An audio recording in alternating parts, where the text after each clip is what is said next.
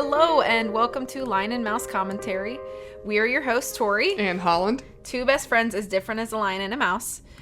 Today we're reviewing the 2022 Netflix film Persuasion, and we'll be ranking it on an objective scale of 0 to 10, with only 2 points allotted for personal taste. Feel free to agree, disagree, or learn about something new. As always, tread lightly. There are spoilers ahead. Cut to the intro.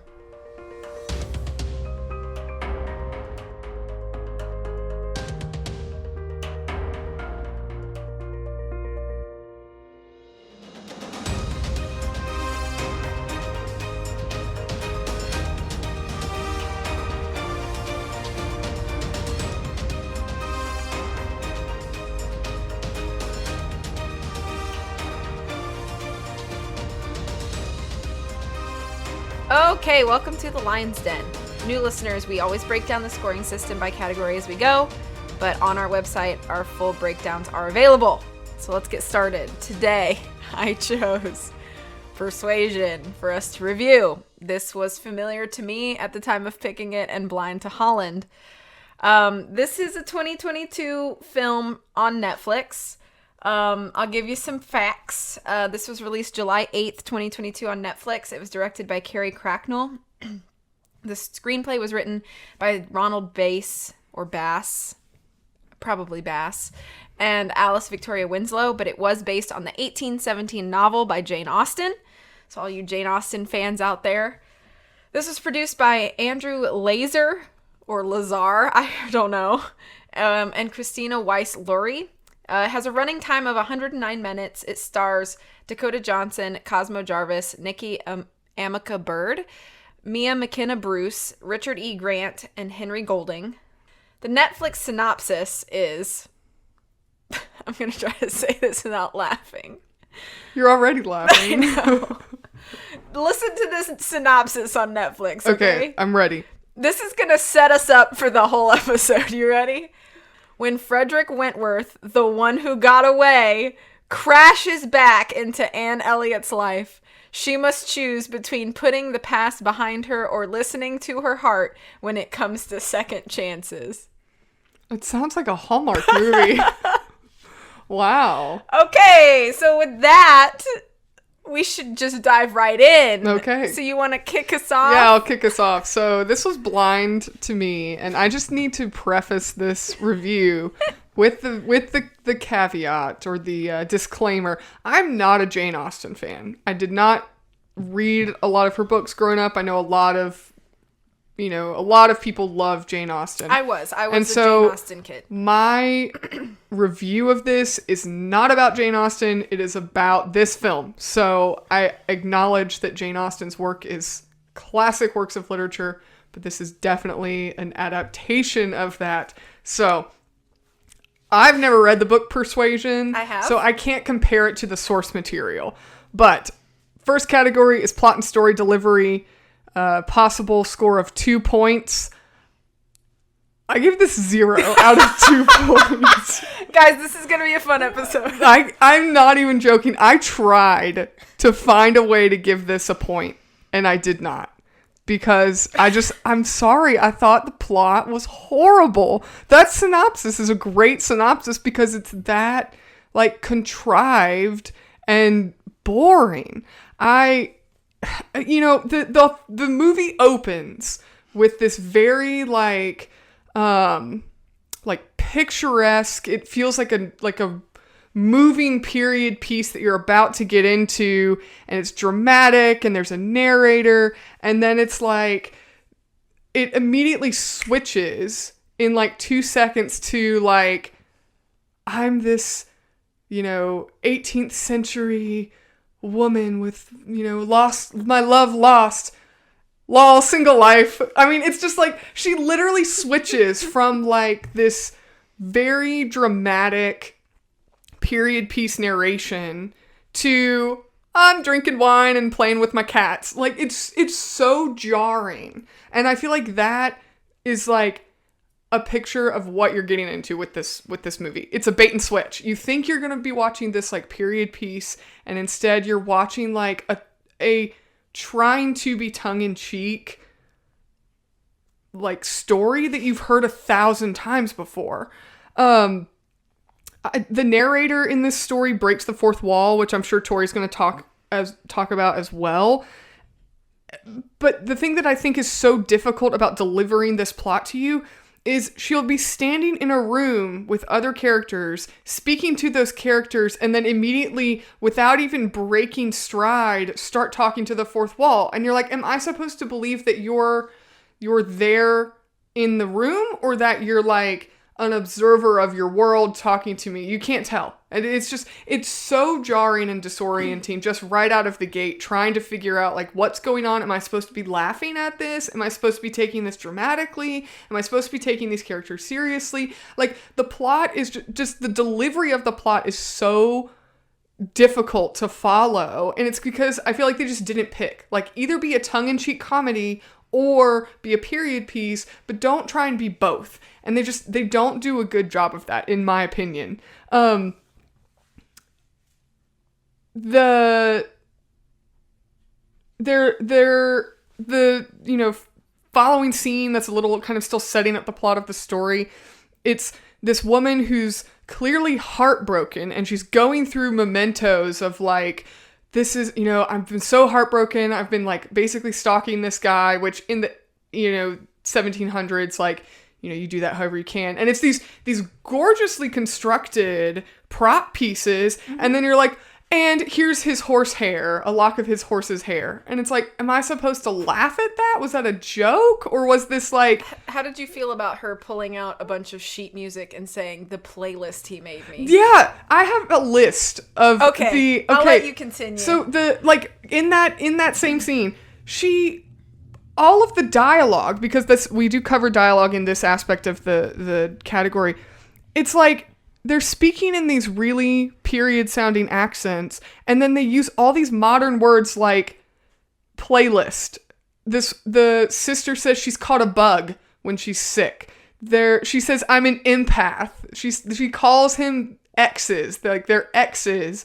She asks for a cappuccino. She uses the term self-care. She refers to some guy that he's a 10. It's like, all of this is like, okay, you're not committing to the, like, we're modern people in period. So, like, for example, like, I thought when I was watching this, I was like, okay, Hamilton.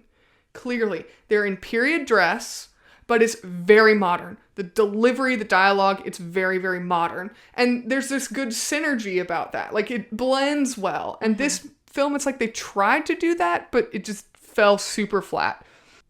Another thing with the dialogue is you have to pay so close attention to it to get all this exposition. And so you're focusing really well. Like when they're all sitting around the table at one point, they're like trying to follow what these people are having this, very, period conversation. Like they're talking about, so-and-so's social status or whatever, or where he's gone or his money, or, they're talking about very Jane Austen-esque things. And then, so you're trying to focus and follow this plot that's very, the dialogue's delivered very quickly. And then, so you're engaging into that time period. And then Dakota Johnson's character picks a raw asparagus off her plate with her bare hand and takes a chomp out of it like it's a carrot. It's like things like that are throughout the whole movie. And it's like, okay, well, that just pulled me out of the world. Like, now do I care? Like, do I care about your situation? Because you're making it seem like it's all a joke, but it's not funny at all. I thought that the going back with situations like that, and with the dialogue, that modern dialogue, it really undermines how these social standards and economic decisions of marriage is really where the drama in Jane Austen's stories come from. Is you have to have a good understanding of how this world works. And throwing this modern, trying to be comical, aspects into it kind of undermines the drama. So now you don't even really feel like your characters have any stakes at all. Right. Also, the plot the plot in general of like, I rejected this man and now I want him back. I have no sympathy for this character because she's constantly like breaking the fourth wall, making these jokes, like making fun of everybody else. And so she's just not a very, like, it doesn't make you empathize for her as a character, which then makes you not really care a lot about the plot. One thing I thought with breaking the fourth wall, and I'm going to touch on this a little bit later, I feel like the fact that there's zero transition between her narrating and then her being in the scene is just so difficult to follow. And I feel like they could have easily mitigated that with making it kind of like a docuseries style where she's narrating in one location and then she's in the world, like in the story as it's happening, as like, you know, so it's like, or if she's, you know, if but some level of separation. Right, some level of separation, visual separation. Mm-hmm. So, like, maybe she's writing a letter. Maybe she's, like, you know, Titanic-esque, like she's, you know, 80 years old telling the story to somebody else. Some way to kind of differentiate her as a narrator and her as a character in the story. I feel like that could have been, they could have done that. And there were lots of options that they had and did not choose. Yeah. And then, like, immediately in the beginning as well, I know I'm kind of talking a lot about the beginning of the film, but it really just sets the bar for the rest of the film. You're expecting Dakota Johnson's character to be the narrator, and then yet within 5 minutes of the film, another character, like, cheats to the camera or breaks the fourth wall or looks at the camera. And it's like, so is everybody breaking the fourth wall? So she's not the only narrator now? There's, like, multiple, like, it's just so confusing. It's a horrible delivery. And then in general, with the plot of this film, I know Jane Austen in her time was, you know, writing stories that were not really well told because women's stories in the 1800s were just not well told, especially with their social status and the dynamics of social status and marriage and money and all of that. But the concept at this point of, I want to marry this man because I love him, but I didn't. I said no because of money. And then at the very end, we're going to try and like switch, you know, somebody else is falling in love with him. And now I'm not going to say anything. And now I'm going to keep my mouth shut and he's going to marry somebody else. But then, oh, guess what? He didn't, because this person who was bedridden fell in love with the doctor who took care of her. And now I do get the man that I wanted at the beginning. It's so overdone. That plot in general. Now, you know, Jane Austen, when she wrote it, it was, you know, it was not overdone. But at this point in the game, it's a story you've heard 1,000 times. It's soap opera quality, like a 30-minute plot. You could get it all done in a 30-minute TV show. And I just think in general, that plot's just overdone and it's just really boring. And I think that the way that it's delivered and the fact that the plot's so predictable, just, it's terrible. I just flat out, it was terrible. And I tried really hard I tried to be objective and I tried to like find some kind of merit to give this more than 0 points. And I just couldn't. So I gave it 0 points out of 2. All right. Ladies and gentlemen, I hope you have brought your favorite barbecue sauce because we are at the roast. Because it's not going to get much better with me. Okay, so for plot and story delivery out of 2 points, I gave it half a point. I'm a little nicer. Half a point. And I'll tell you why, I guess. The first thing I have to say is I was the Jane Austen kid. I read a lot of Jane Austen novels when I was in high school, particularly. I was the kid that was like, oh, I have to do a book report and it can be about any book. I'll just pick another Jane Austen book. Like, I was that kid. I mean, I read other classic literature too, but I did enjoy Jane Austen a bit. So I did read Persuasion as a high school student, and I would have to say it is definitely in the lower tier of Jane Austen novels in my personal opinion. I think that Emma and Pride and Prejudice are much more clever novels, just in general. But it doesn't mean that I think it's a bad novel, but I do have to acknowledge that the story, like you mentioned, the setup of the story, the bones of the story now have been redone and retold because Jane Austen kind of set the bar back in 1817 for these kinds of like, I guess, Austen-esque historical pieces. So, I think that though you have bones of a good story, and Netflix took these bones and they reassembled them into this Frankenstein of modern humor in historic context, and it just doesn't work the way that Hamilton does. It just doesn't work. I would much rather have a adaptation of Persuasion, still call it Persuasion if you want, and say that it's adapted from the novel, but set it in 2022. Right, Let exactly. everybody dress in modern clothes, and then you can have all of that weird modern humor that you threw in, and it would actually be funny, perhaps, if it was set in a modern context. Have them break the fourth wall. It could have been very The Office / Parks and Rec-esque. Maybe that would have been a fun way to get an Austen story. But I think placing it in the context that they did, while still allowing all of this really weird, detached humor, just made it feel so messy. Why? Why all the modern slang? I don't understand the reasoning behind it, so I don't enjoy it. And I don't think even if I did understand the reason that they chose to do it, that I would agree and accept it. I think the only redeeming part of the plot and story delivery actually comes from the dialogue that was adapted from the book. Like, that's why I gave it half a point, because they do take quite a few like conversation pieces. Even a lot of the narration that Anne has is direct from the book, and then I'm like, okay, I recognize this. It's the moment that they veer that I'm like, no, you lost me again. And that happens often. I think the best delivered dialogue is the dialogue that's taken straight from the book. I have in all caps in my notes, awkward dialogue does not make a scene more real and therefore good. I feel like they have too many scenes in this movie where they're like, we're gonna make Anne awkward and quirky over and over, and there's these really strange, long, drawn-out silences that are painful to watch. And, like, okay, perfect example.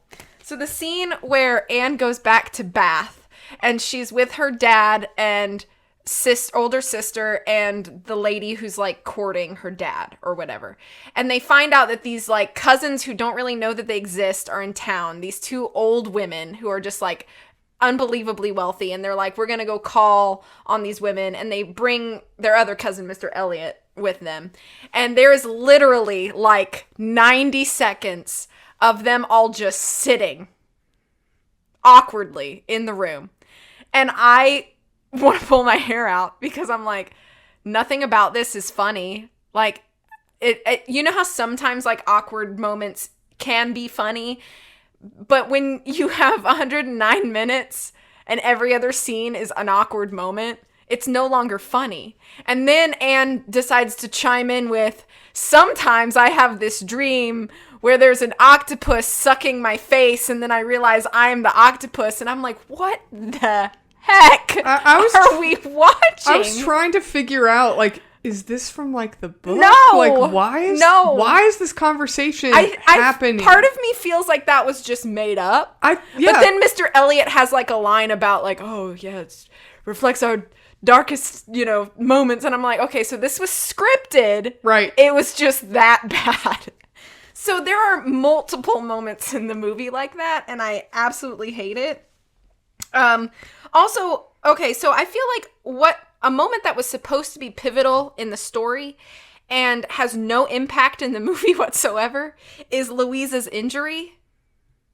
And it's supposed to be like a pretty pivotal moment because they're like, oh, crud, well, like, this was the girl that we all expected Wentworth to, like, marry, and now she's, in a coma, in a bed, and that is potentially, awful. And so now you have this moral dilemma on Anne's shoulders, like, oh, well, if she doesn't recover, I can have Wentworth back, but also, like, I don't want my cousin or my sister-in-law, I guess technically, like, by extension, not really, well, brother-in-law's sister, I don't want her to be harmed because, I do care for this girl and we have a good relationship. And so it's like, it could have been a really interesting moment.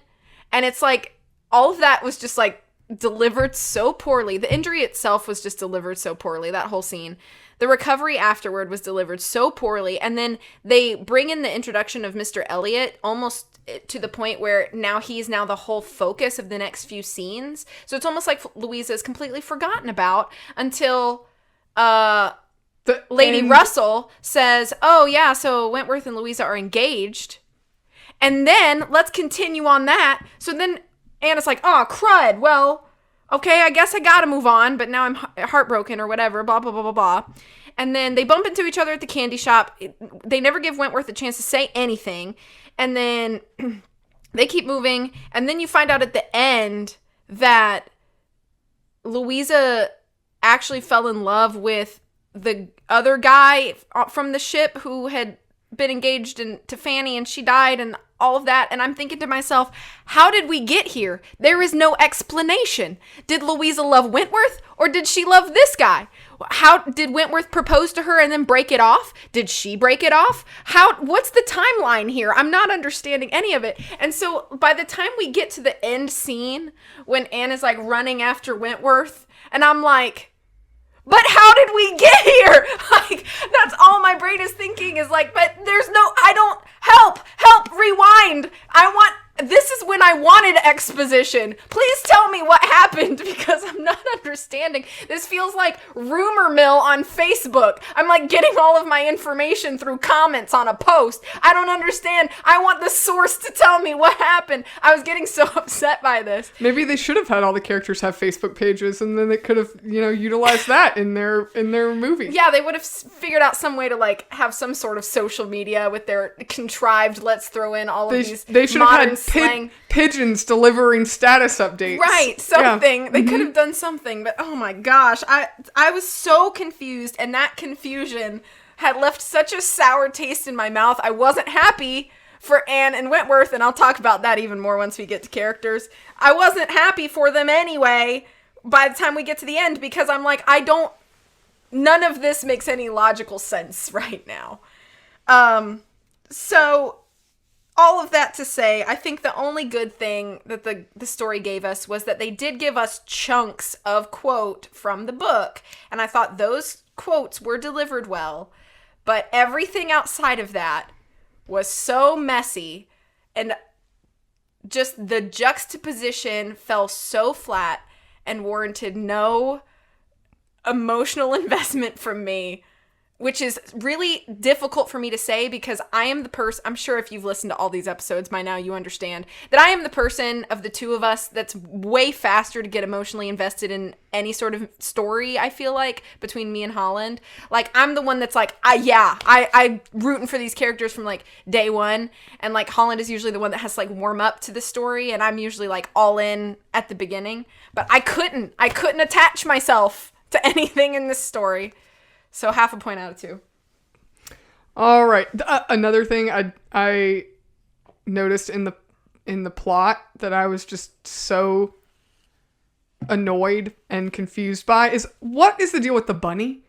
Why is she always holding a bunny? It's never explained. It's never addressed. It's like they just want to make this her little quirk that she just always holds a bunny. Like, did they do that because cats are too hard to manage on set, and so they gave her a bunny instead of her being a crazy single cat lady? She's a crazy single bunny lady. It was completely nonsensical. I don't know. What the heck? I don't know. I don't get it. I was going to ask you if that was in the book, because I mean, some of these things are just so bizarre. So bizarre. It's like, is it a reference to the book that like a Jane Austen fan would get? But apparently not.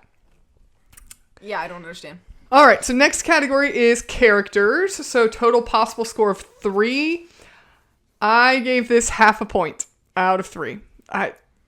First of all, the fact that I couldn't keep track of anybody's name, that bothers me in media, like film and TV.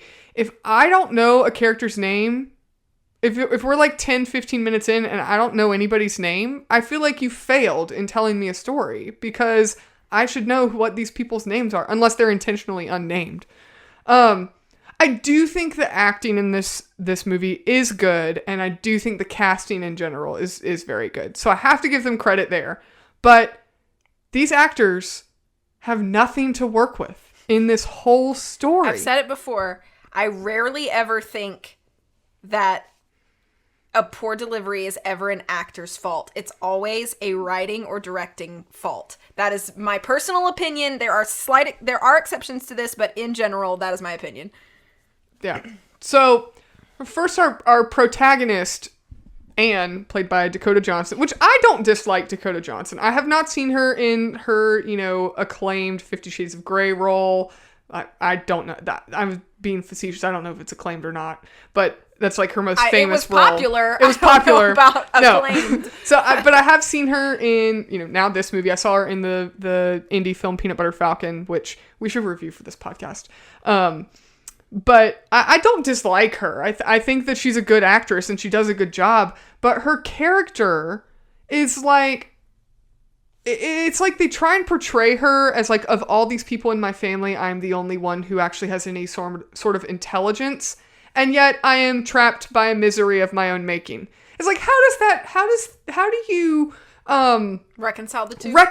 Exactly. How do you reconcile those two? You're the only intelligent person, and yet here we're supposed to sympathize for you because you're heartbroken that you rejected some guy because he's poor and now you want him back because he's rich. Like, that's the dumbest, that's a huge character flaw, I think. Like, why are we rooting for this protagonist? And then it's like, the other thing is, she is miserable and heartbroken. And right out of the gate, you find out it has been 8 years. Like, girl, it's time to move on. 8 years. I understand being heartbroken and, like, it does take more time than you want it to take, but 8 years is excessive. That you haven't even tried to move on. Like, you're still weeping like you broke up yesterday.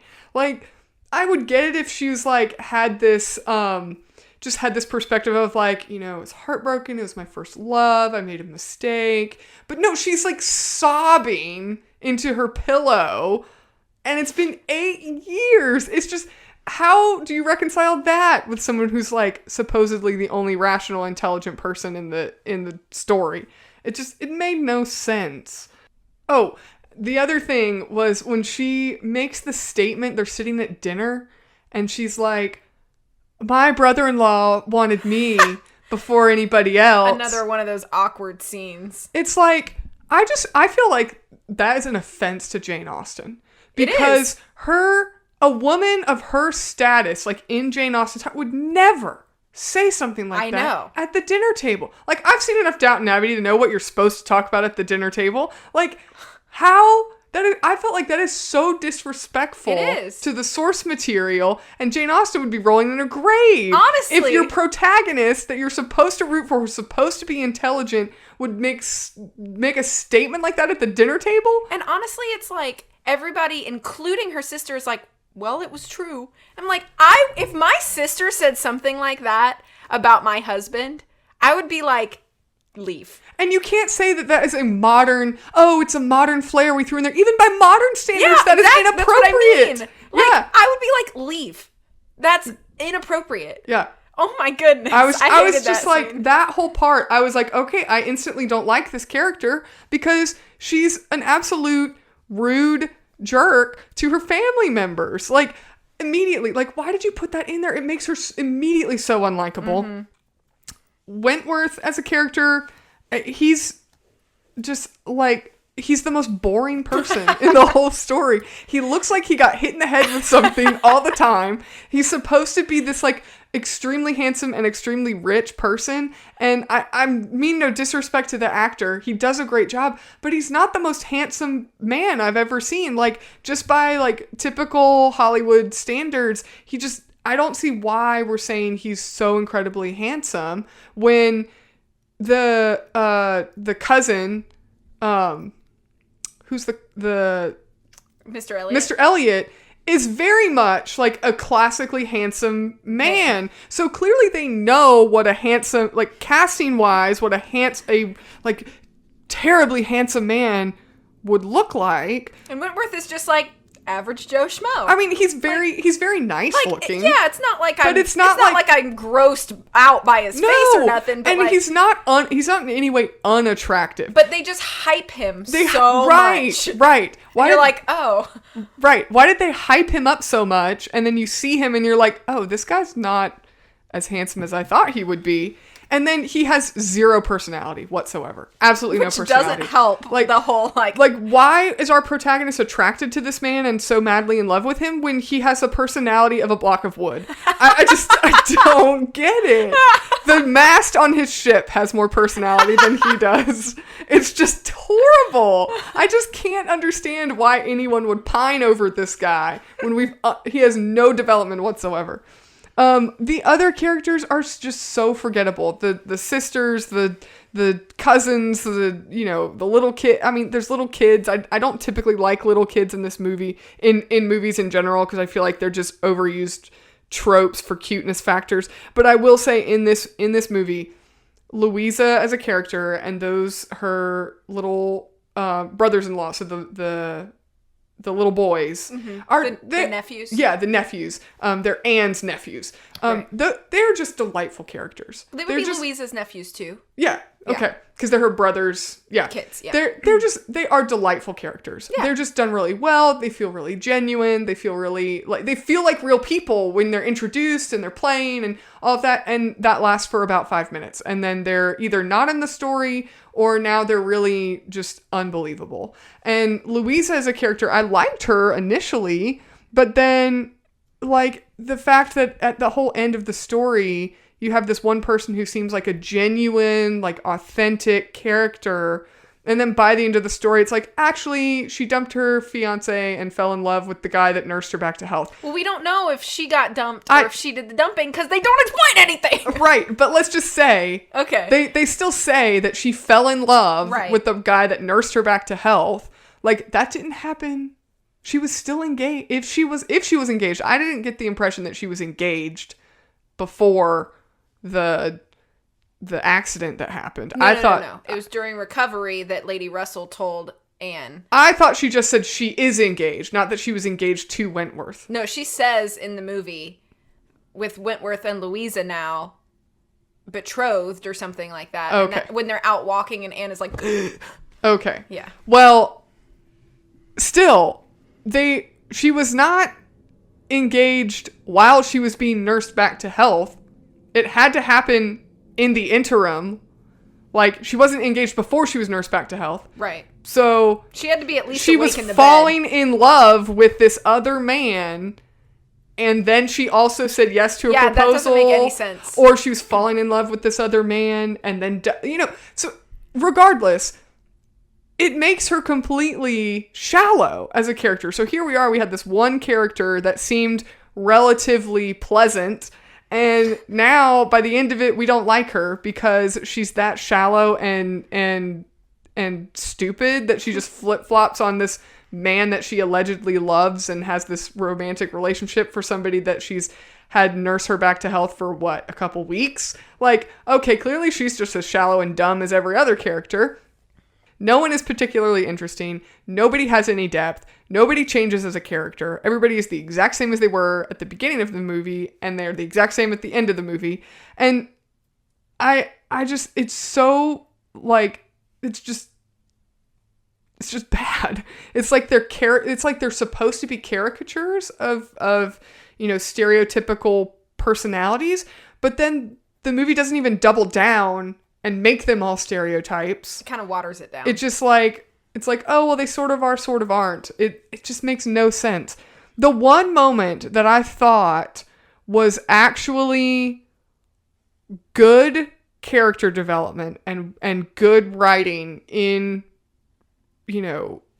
with these characters was when the sailor that tries to match, knows Wentworth and the guy that Louisa eventually marries. I don't even know. I think his name is Bennick.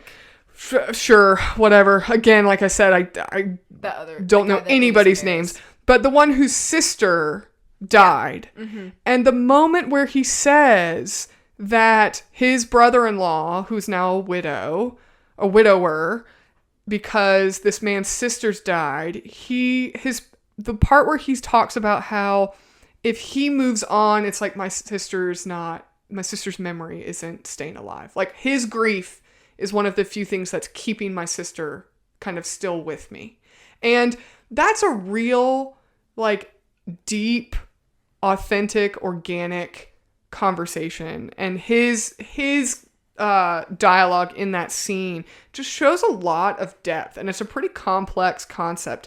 And I feel like it's such a shame that depth was wasted on the rest of this movie, or vice versa. We didn't have that kind of depth throughout this movie. That was the one moment. That's really why I gave this half a point, because that was just such a, like, not profound as in, like, in a way, I guess it is kind of profound. Like, just such a profound concept that when somebody else's grief is sustained, the one who is no longer with us is still, it feels like they're still being held on to, that they're not being forgotten. Or so I thought that was good. I thought that was great character development for him. I thought that was good dialogue. It was good writing. It was believable. But that was pretty much it. The other thing I made note of is I feel like Mr. Elliot feels like Tumblr fodder.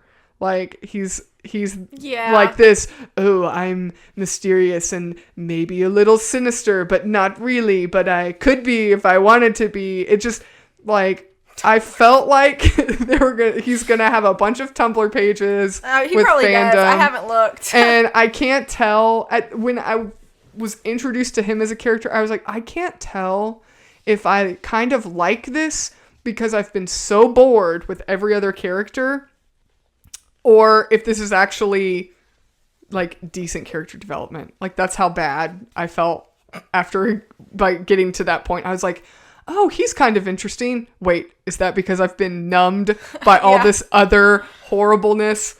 So I tried. I couldn't give it more than half a point because I just felt like it was that terrible character development, and it was just awful. Like, how can you make a movie with characters that you literally don't like any of them? It's just not good. So, half a point out of 3 for me. Okay.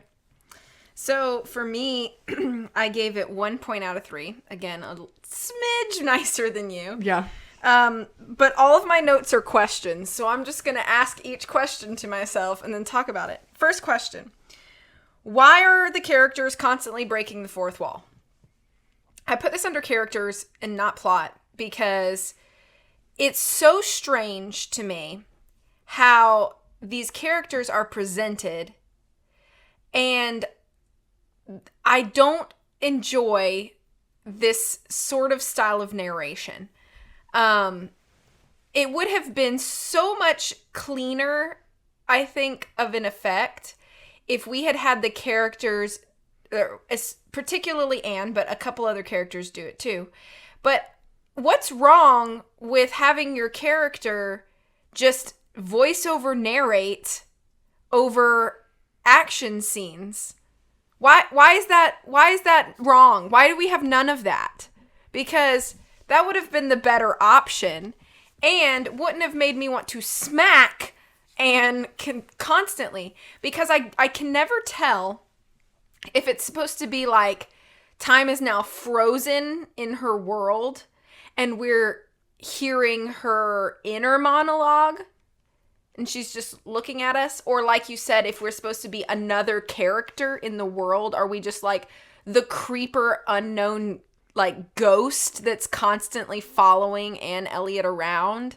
I don't understand what they were trying to go for, but what I think it does is it continues to make Anne unlikable. So much about this movie paints Anne in the most unflattering, unlikable light. And I don't know why they do it that way, because in the book, Anne Elliot is very, like, clever, and she can be kind of terse, but she's never unkind like she is in this movie. It's like they took all of the, like, more, I guess, bold moments of Anne from the book and just turned those into jerk moments. And it just hits so differently, and I don't like it at all. So why are we constantly breaking the fourth wall? Because it's not like it actually added anything to my enjoyment of the characters or make me care more about what they're telling me. In fact, it probably made me care less about what they were telling me because I suddenly get disconnected from everything. My second question, why does Wentworth always look grossed out?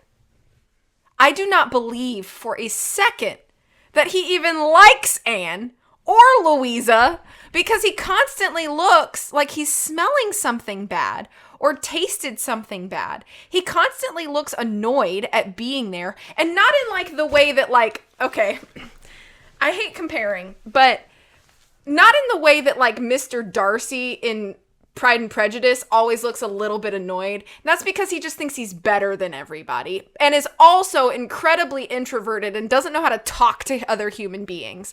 That's why Darcy looks that way. But you learn that about him in Pride and Prejudice, so you accept it. There are no reasons given for why Wentworth always looks like he's about to vomit all over Anne's face. I'm like, you guys are, okay. I would like to know I would like to see the screen test between Dakota Johnson and the guy who plays Wentworth. His name is Cosmo Jarvis. I would like to see the footage of the screen tests between them. And then I would like to also see the screen test between any other options they had, because there is no bloody way that he was the best option for on-screen chemistry. There's no way. They have no chemistry at all. You can't make me believe that you like each other. You can't. And so why? It's not like it's his natural face either. It's exactly. like he's clearly making that expression. There are a couple moments, but like literally only two in the entire movie where he breaks out of that ugh face. And I'm like, okay, wow, he has an expression. But like, I'm blown away at the fact that nobody thought, director lady, did you not think to ask your actor to please look like you're having a good time? Was this the instruction? Was that for him to always look like he's just tense and his shoulders are always up to his ears, like he's just tense? Maybe, and he's always leaning back slightly away from Anne, and I'm like, why are you always why? Maybe it was so that it would be more believable when he friend zones her, which is another plot point that I thought was so annoying and overdone. It's like, oh wow, she's been friend zoned by the guy she loves. Like, maybe if he looks like he doesn't really like her, then it would be more believable when he friend zones her. I don't know. That's a stretch, but I don't know. And then, okay, next question. Literally, wow, I'm just going to read this question because I apparently wrote it in a fit of rage. Literally, Anne and Wentworth are so cringe together, and why are we supposed to root for them when they are incredibly unlikable? I think that kind of boils down to the entire, like, unenjoyment of this film. I think even a film that's not the best, you should have a level of support for your protagonists, and I cannot muster up any support for these protagonists because Anne is a jerk, and Wentworth is weird, to say the least. And I don't know anything about him other than the fact that he's a sailor and he got rich and he was for some reason balking at a promotion for reasons that are not really explained. I didn't even remember that was a plot point. That's how like forgettable this. Yeah. So like that's his entire personality. And then Anne's entire personality is likes to judge other people, drinks a lot of wine, and mopes around by herself a lot. So it's like, you've really given me not many redeeming qualities. And then they introduce the character of Mr. Elliot, who, like you said, is kind of the most interesting thing that happens in the course of this movie. And he says a lot of really nice things about Anne that I honestly haven't seen, so I don't know where he's getting this from. But he tells her something like, you have a soft heart for others and you always are like putting other people in front of yourself. And I'm like, really? When? Because when you were sitting at the table with your sister and brother-in-law, you basically insulted her entire marriage by saying that you were first pick anyway. That's not exactly putting others' needs in front of your own. And sure, I get that Mary's kind of like a self-aware jerk of her own, but like, I don't understand a lot of the things that Mr. Elliot says about Anne. And then she says something weird like, he means to disarm me with his candor. And I'm like, well, he lied to you anyway, so I don't know what you mean about that. It's so weird. And then so many of the characters just are their relationships are not believable to me. The only real relationships that feel are organic are the relationships with Anne's brother-in-law, sister Louisa, and the other one who I cannot remember. And like you said, I think that was the best scene of the movie, was their introduction. It felt so natural, and then it lasted like 3 minutes. And I was like, dang. And I continued to like them pretty much through the rest of the movie, but then after we see Louisa comatose in a bed, we don't see her again for the entire movie. We don't see her at all. We hear about her, obviously. Like, we don't see her again. So it's like, okay, well, all right, another character that was sort of interesting is just thrown out the window, I guess. But every character in this movie I liked more than Anne and Wentworth. That's a problem. I think you should have strong secondary characters because you don't want your protagonist to basically feel like they're island characters, like the entire story depends on them and them alone, and, you know, the stars are hung by these people, and because it's not realistic. Nobody functions in an interesting story on their own. Like, there has to be a cast of supporting characters that makes the world feel alive, and I think that there is the good thing about this story is that there is quite a large secondary cast that does make the world feel realistic. However, the delivery of all of these characters kills a lot of the realism, mostly the fault of Anne and Wentworth. But when I look at the entire cast, I think, and if I were to rank like the characters I like the most to the characters I like the least, unfortunately, Anne and Wentworth are at the bottom. That should be a pretty telling sign that your characters are not being delivered well. And I want to just say, I do not think that this is the fault of the actors. I really don't. I think they were given poor material and poor directing. I think a lot of the poor material could have been saved with better directing. So I'm sorry, ma'am, but you took a very strange, risky concept of an adaptation and you made it feel campy, but then you didn't commit to the campy enough to make it funny. And so everything just felt wrong. Like, everything just felt wrong. There were very few, I should say. I shouldn't say there weren't any. There were very few genuine character moments where I felt like this was a good moment from this character, or this was a good moment between these two characters. I think that the secondary characters really hold the entire movie from being completely unwatchable.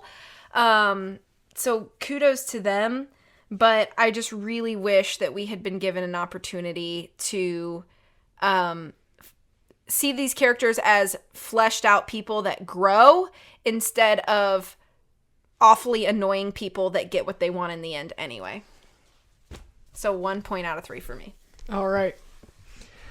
So next category is aesthetics, and I actually gave this 1.5 points out of 2. I thought this movie visually was absolutely beautiful. The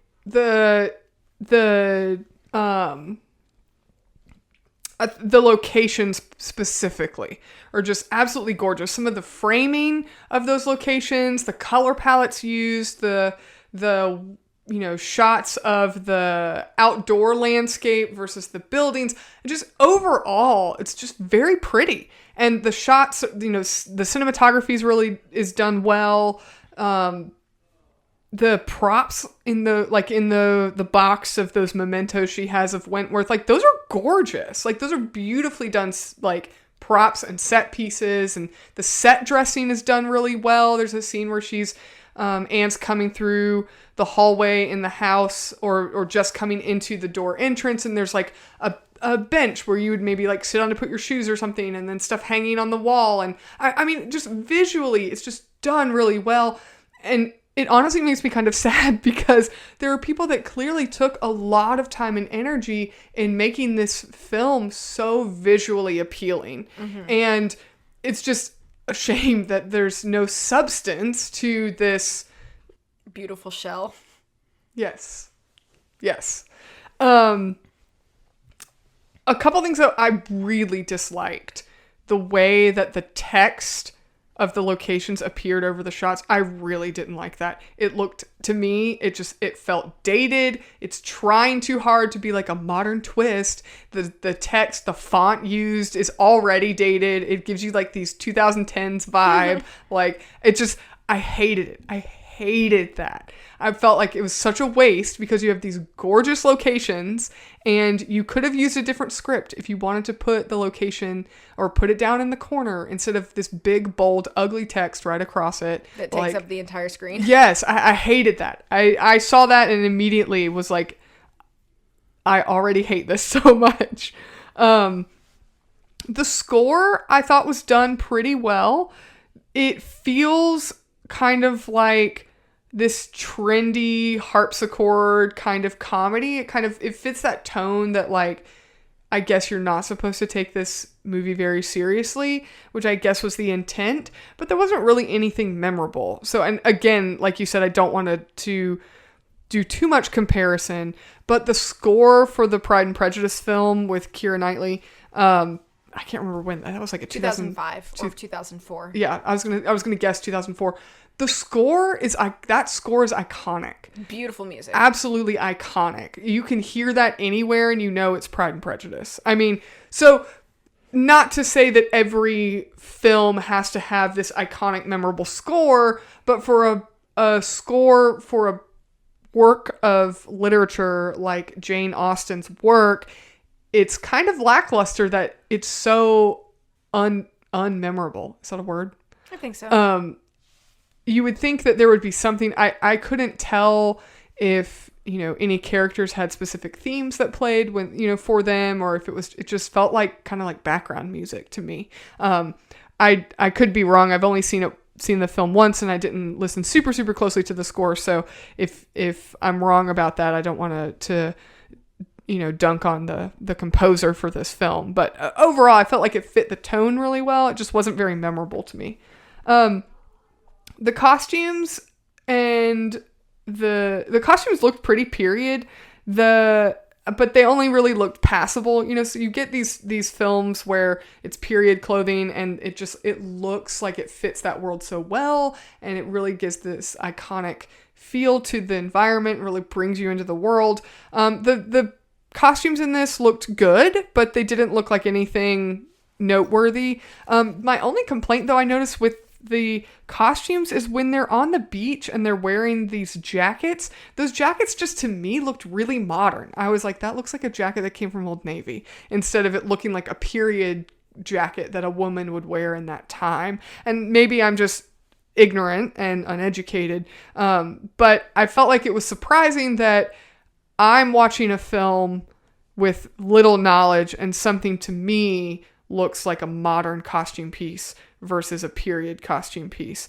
But the one thing I thought was kind of interesting is that they committed to period style dancing.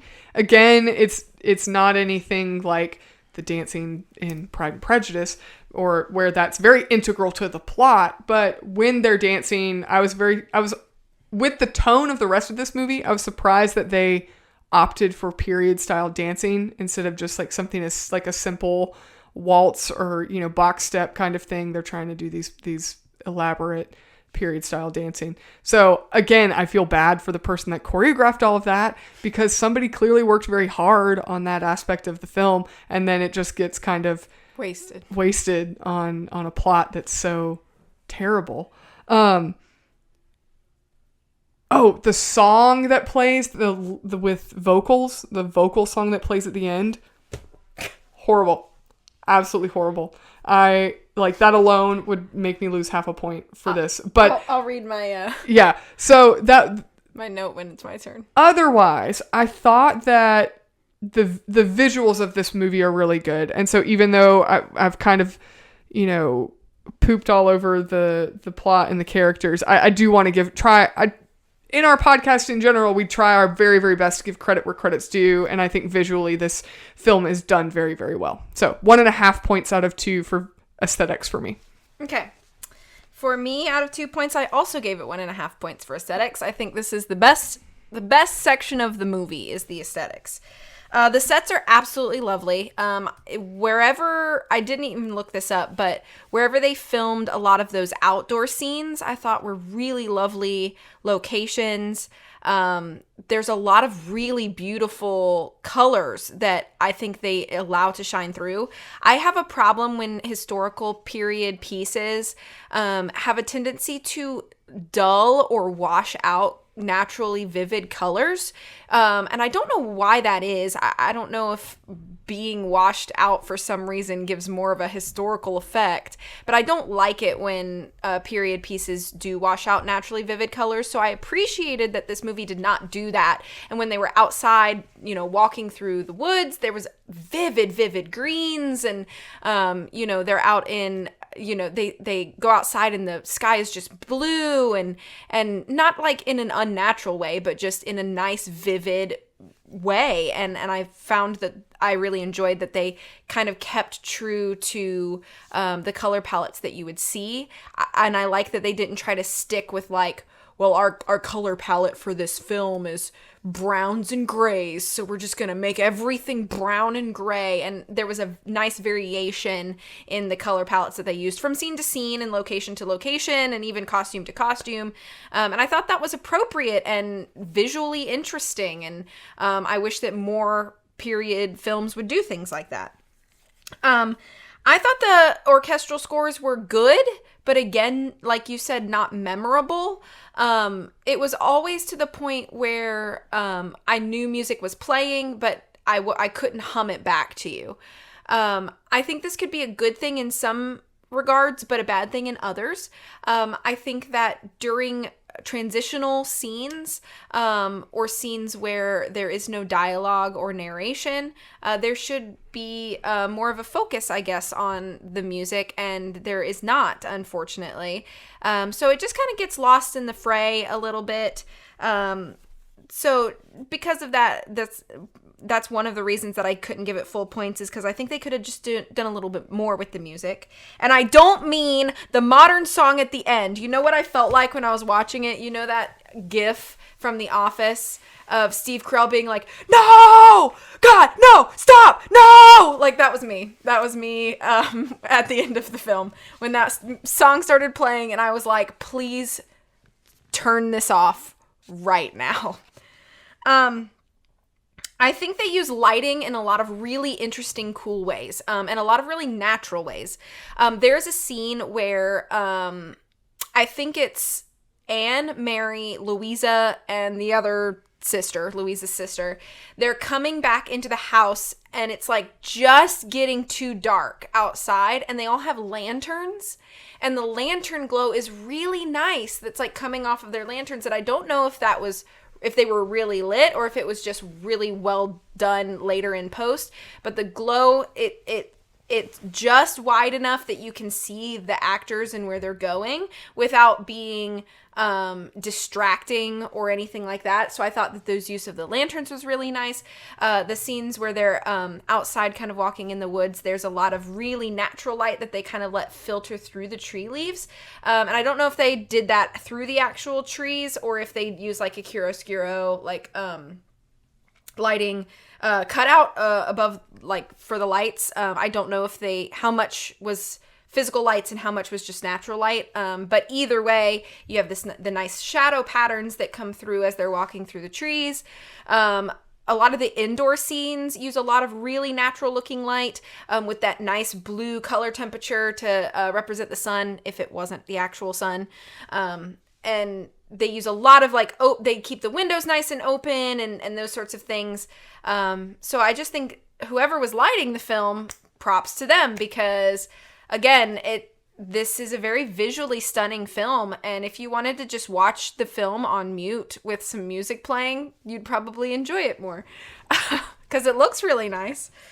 I think the cinematography for the most part is very simple and nice, with the exception of the fourth wall breaking. We're just going to pretend like that doesn't exist for a minute, but all the rest of the other cinematography moments are really nice. They don't try to do anything crazy or fancy. It's just great shots. They kind of follow the traditional storytelling editing, which would be when you're in a new location or a new room, you have a wide establishing shot, and then you cut in closer to give details into your location and or details to your actors. And they follow that. It's a very pleasing, familiar kind of feel as far as cinematography goes. So in that way, I think that you don't really have to have fancy camera moves to have good camera work. And sometimes simple is best. And I think with a story like this, simple is best. And so I think that how they captured every frame was to its benefit. I think the costumes are fine. Nothing super noteworthy. There was one weird costume, and I don't know how accurate it is to the time, but it's the scene where Lord Elliot is leaving to go to Bath, and he's telling Anne, like, you know, put the scratchy linens on the bed. Don't let people look at my shrubberies. Nobody should enjoy my shrubberies but me. And they leave her in the house as they're going to Bath. And she's wearing like a long skirt, which looks fine.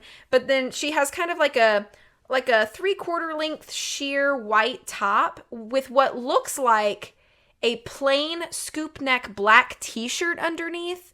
And to me, it didn't seem entirely period.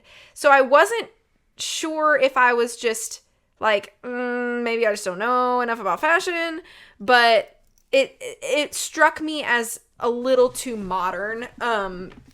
So for the most part, I feel like costumes are fine, but there are a few like outfits where I'm like, I don't know about that. So all of that to say, I think aesthetics is really kind of where it shines. So out of 2 points, I also gave it 1.5. Okay. Next category that we've all been waiting for is our personal taste and preference. So, as always, we can only score 2 points for this. I don't go into the negatives now. Scored a 0. I cannot explain how much I did not enjoy this movie. After 20 minutes, I kid you not, after 20 minutes, I wanted it to be over. I was expecting it to be over. That's how long it felt like. I had already watched this movie, and I was only 20 minutes in. The story is told so poorly. I don't care about any character. The dramatic moments feel silly. The comedic moments feel stupid. I mean, I'm not a Jane Austen fan anyways, but this movie makes her look like a soap opera writer, which is so offensive to her. Because clearly she's not. She's written great works of literature. But just in general, it just feels like the most stereotypical story. And I feel like if I were Jane Austen, I would want you to take my name off of this movie. Because it's just not a good representation of her work. Again, I didn't read the source material. But everything in this story, from the characters being unlikable to the plot being, you know, awkward and told poorly, like the plot in general is just boring.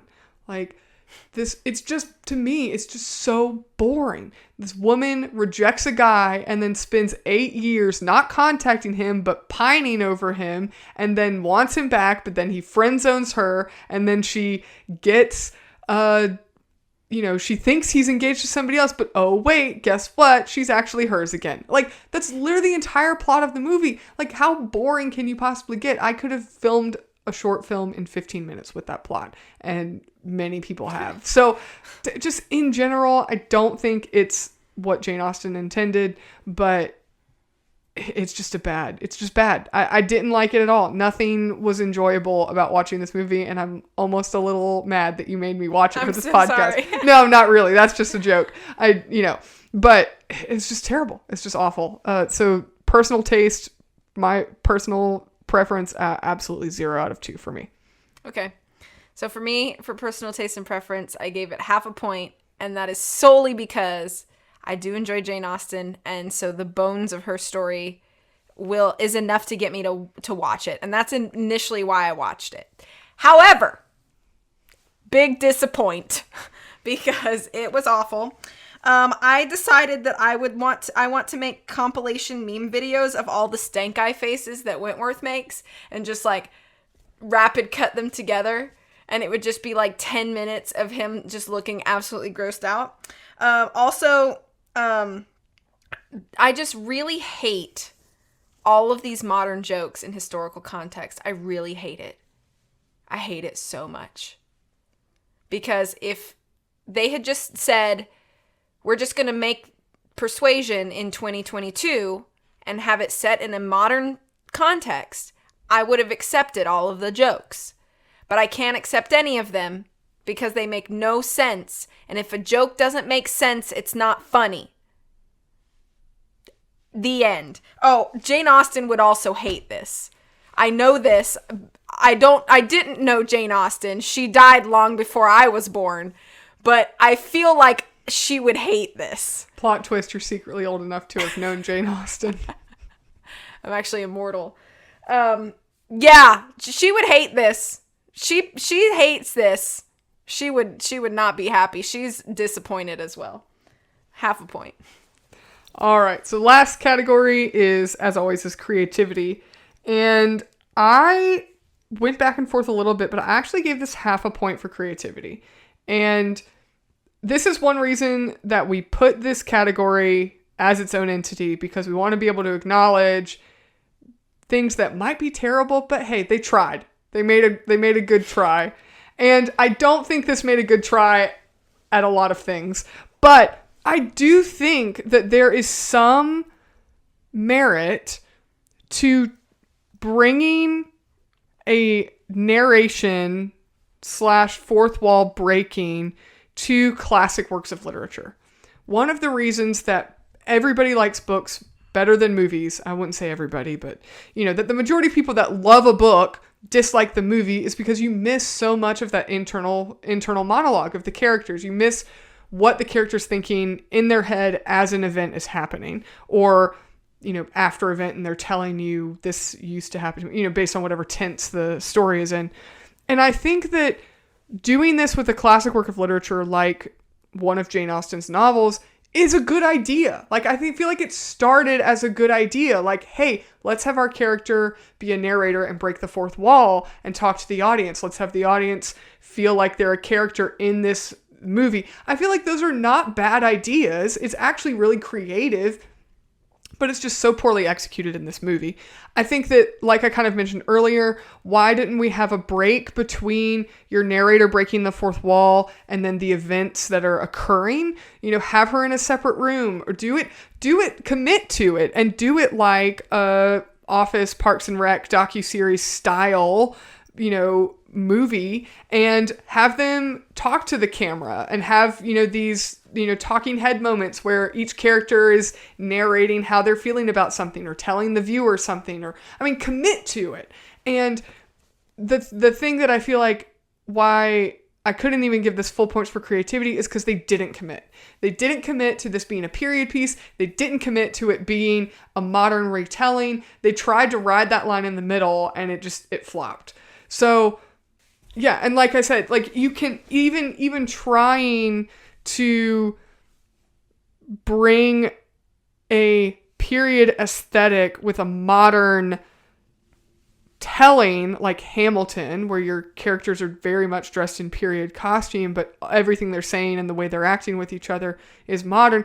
They didn't even commit to that. So I feel like they didn't know what they wanted to be as a film, and so they didn't pick any direction. They just tried to ride all three directions at the same time.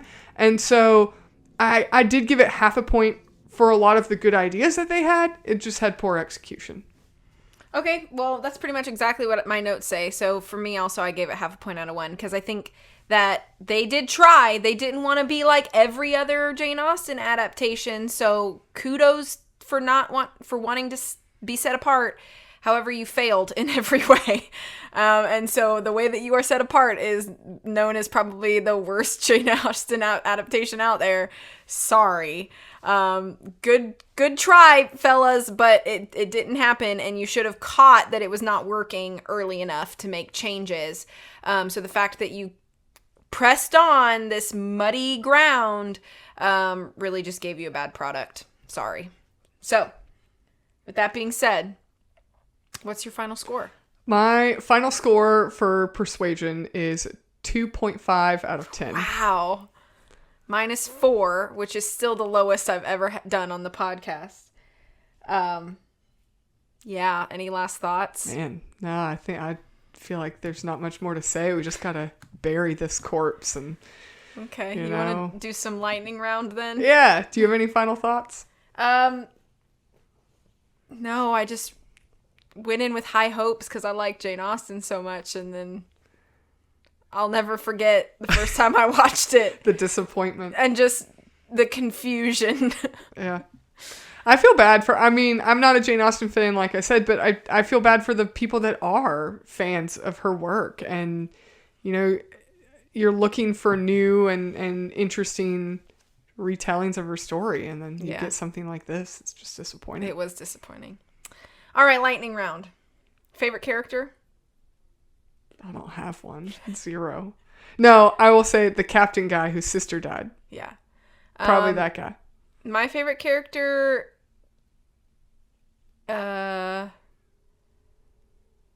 it might be Mary, just because the things she says are so ridiculous that she made me laugh more than any other character. Okay, least favorite character? All of them. Pick one. Anne. Same. Yeah, Anne. She's just such a jerk in this adaptation. She's just so unlikable. Yeah, I have to. I'm trying to think, I'm trying to think, is there any character that I dislike more? But no, I think that would be the worst. Yeah.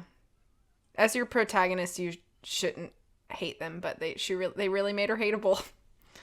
Okay, most underrated side or minor character. Like, is there anybody that should have had more spotlight? I wish you guys could see the look that Helen is giving me right now. The captain guy whose sister died. Okay. All right. I don't know if I have to pick someone. I think I really liked Lady Russell. I thought she was kind of an interesting dynamic to Anne, and I kind of wish she'd had more scenes. So that's really the only thing I would pick.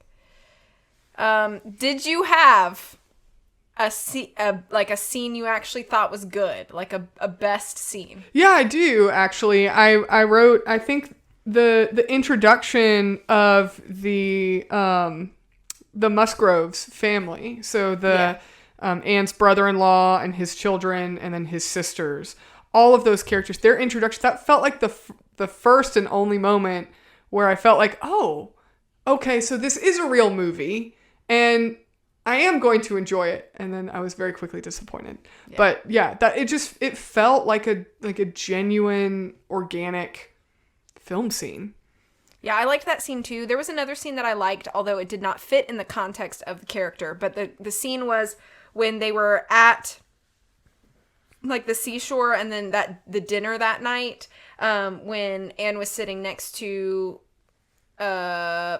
widower man whose name I remembered earlier and have forgotten now, and he's reading Lord Byron, and she says that like Lord Byron had gotten her through a self-pitying night or two, but you can't taste him too frequently or you'll just wallow in your own misery. I don't remember the exact verbiage, but it's basically that. And then I'm thinking to myself, shut up, you have been wallowing in your misery for 8 years. So true. But the moment right before that, I thought that moment between them was very nice. And I thought it was a very poignant thought that like media, I'm not really into poetry, but if you are, cool. But I think media in general, sad media can be sort of like a balm to your spirit when you are having a hard time, but you can't constantly feed that into yourself. Otherwise, you'll never get out of that sadness. So I thought that idea was very true and honest. And I really liked that moment. And then immediately my brain was like, except this doesn't fit Anne. So why is she saying this? Yeah, no, I agree. That was a good moment. And his character, that the guy who's the widower, whose wife died. I think he's also Bennick. That's his name. Bennick. Yeah. He's also a good character. Yeah. If you could pick one thing to direct differently, what would you pick? I can only pick one? Oh, you could pick something general if that's easier.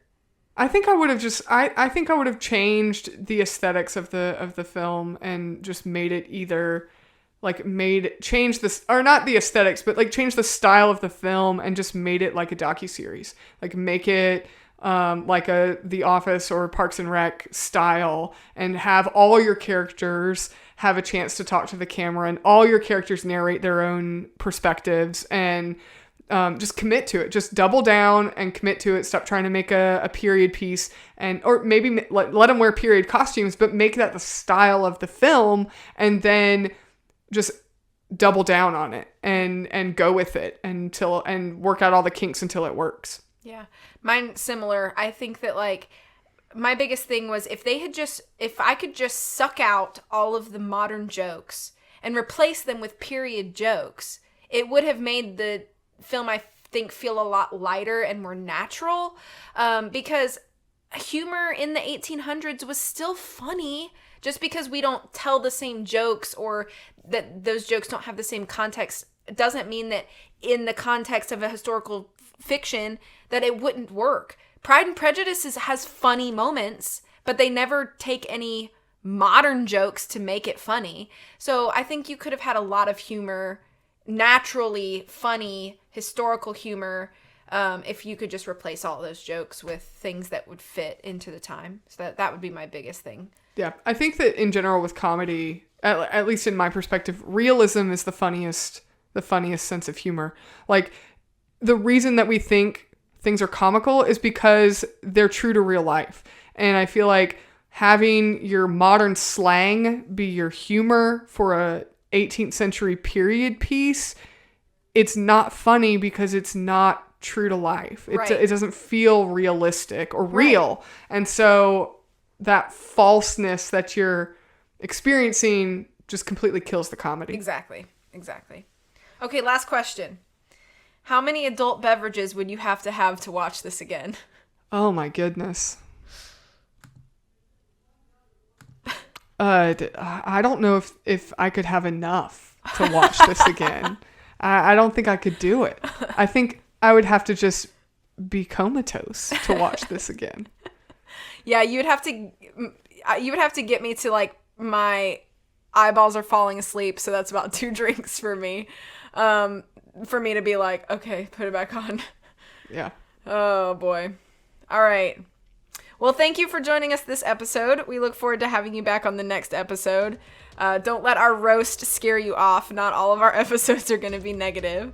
Make sure you're following us on our social medias, because we do have Twitter at Lion and Mouse Pod and Instagram at Lion and Mouse Podcast. Our website is lionandmousepodcast.com. Rules of engagement in there, notes from each episode. You can see my aggressive all caps. We have a suggestion box there, so tell us what you want to review next. Give us, if you liked us roasting things, give us bad things to review, and we will do them.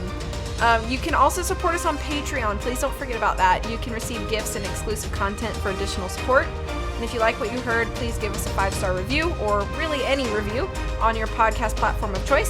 Thanks so much for listening, and we will definitely catch you in the next one.